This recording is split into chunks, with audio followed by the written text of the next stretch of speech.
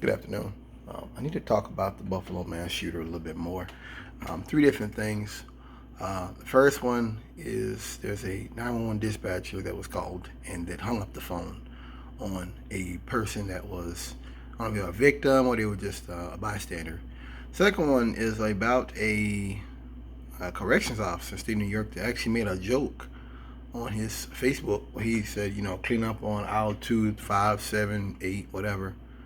Um, the third thing I want to speak about, I was watching NewsHour. Let's talk about that first. NewsHour made a big story on it. I think was it Janine Woodruff. She spoke with some researchers and she said, what can they do about it? And people were talking about they're going to do studies and all this. There is no way to stop white domestic terrorism, period. I want to be clear about this. Even if, and this goes back to what Mr. Kunstler, James Kunstler, talks about too much magic. The idea that all of our problems will be dealt with through technology. That technology will help us deal with climate change and all this. He calls that magic, and I'm gonna call it that too for this video. Even if you had some type of technology, like in Star Trek, where you could tell people who are going to be mass shooters, people who are going to do violence, people who are going to engage in acts of violence with a lot of people. Even if you had something like that, Republicans would say this is discriminatory against white people, and they would say that they would say that this is a mind control, and this is 1984 George Orwell. Nothing will get done, and you know what? A lot of Republicans will believe that. So let's get that out the way. There is no solution to white mass terrorism other than what we do individually and cultural stuff. But there is no way to stop next white mass shooter. Period. This is great replacement theory. This is all this stuff watered down throughout the generations, and now we're paying the cost for it. Okay, this is on them. This is not on us. This isn't something you can just throw money at. All right. I mean, I've talked about it before when I remember learning about Newtown in Connecticut, and I learned about the Marjorie Taylor Greene. Not Marjorie. I'm sorry. The Parkland shooting in Florida. I remember noticing that there was no policy that ever took place after those killings, and I said before, that's when I realized nothing's going to ever change with gun violence in America. If white people are willing to let their kids get murdered, then I know they don't care about my life.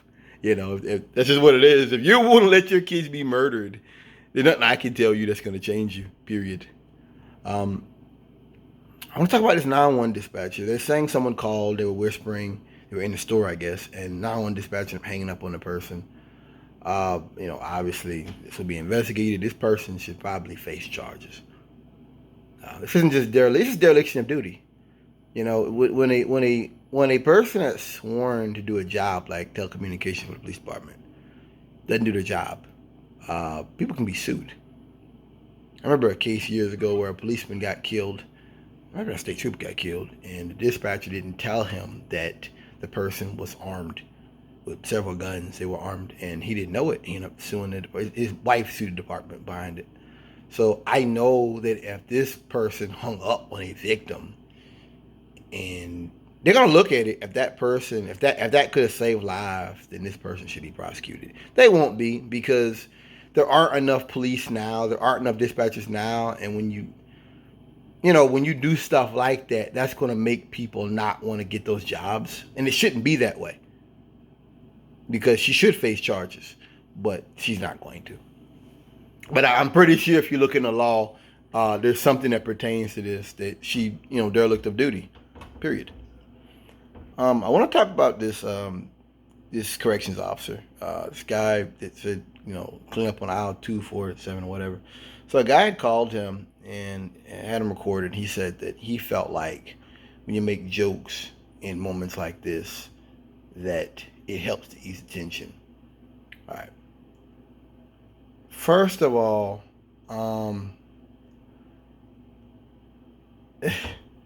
where do I start with this? It's tone deaf, because a white man did the killings. And even if this guy isn't a racist, say this guy isn't a racist. Maybe this guy is like totally, voted for Obama. He might not be a racist. He should have known that this was not the right moment. It will never be the right moment to joke about a white guy killing 10 black people in a black area, in a prominent black area. That's first of all. It was inappropriate.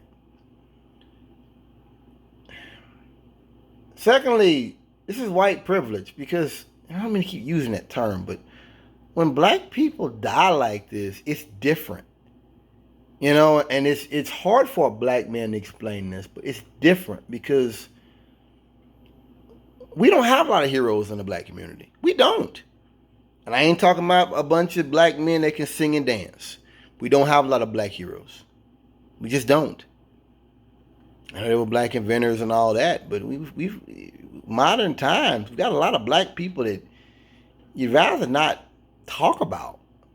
So when you have Botham Johns get murdered in their apartment for smoking a little weed, when you have the boy that was that had the toy gun and the police came in and killed him, it's different. It's different because these are the good people.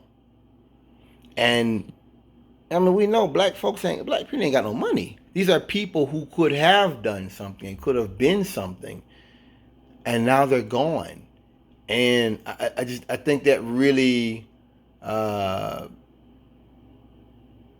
it's just, I don't know. It's tone deaf. It's hurtful, and it's just inappropriate.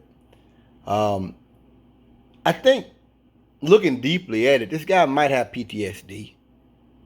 Because I know soldiers are like that, when you see so much and you deal with so much and you know that you could die at any moment. You could be killed dealing with inmates or, in the service going into battle. You could die. You could be maimed in a prison. What if you go out there and somebody throws some feces on you with glass in it or something? And you got HIV. Now you got something like that. You the secret, Now they got it, you know what I mean? I mean, and I know it's changed. Culture's changed now on that kind of stuff, but it used to be if a policeman got AIDS or something, they might try to say, hey, he's gay. He got caught having gay sex. It was like that. There was a guy, a deputy in Florida that died, and I think the sheriff came out and said, that his homosexual behavior, he was openly gay. His homosexual behavior is what made him more likely to catch COVID. Now, that was a lie. No connection to COVID and homosexual acts. No connection at all. But this was something that he used to, like it isn't that bad. But if this guy really feels this way, he might need to get counseling. I mean, that was my reaction. Because I've known white folks like this who joke like this. They're not racist. They don't understand that for black people, there's a whole lot of open skin. There's a whole lot of open wounds for black people. And when you say things like this, it's hurtful. And I'm not one of these folks that he should be fired and all that. But I because you got to be a certain kind of person to work in New York prisons anyway. Department of Correction anyway. This whole situation was a tragedy, but things like this make the state of New York look bad. The dispatcher and this guard, because it's speaking to a certain institutional culture in dealing with black people when we have tragedies that they've already given up on us. That we're already like we're like the trash in the street. We just ain't been run over yet. Like it's like we're almost already like that. And that's what this seems. And that's why it hurts so much for these things to come out, for it to be shown this. Thanks for listening.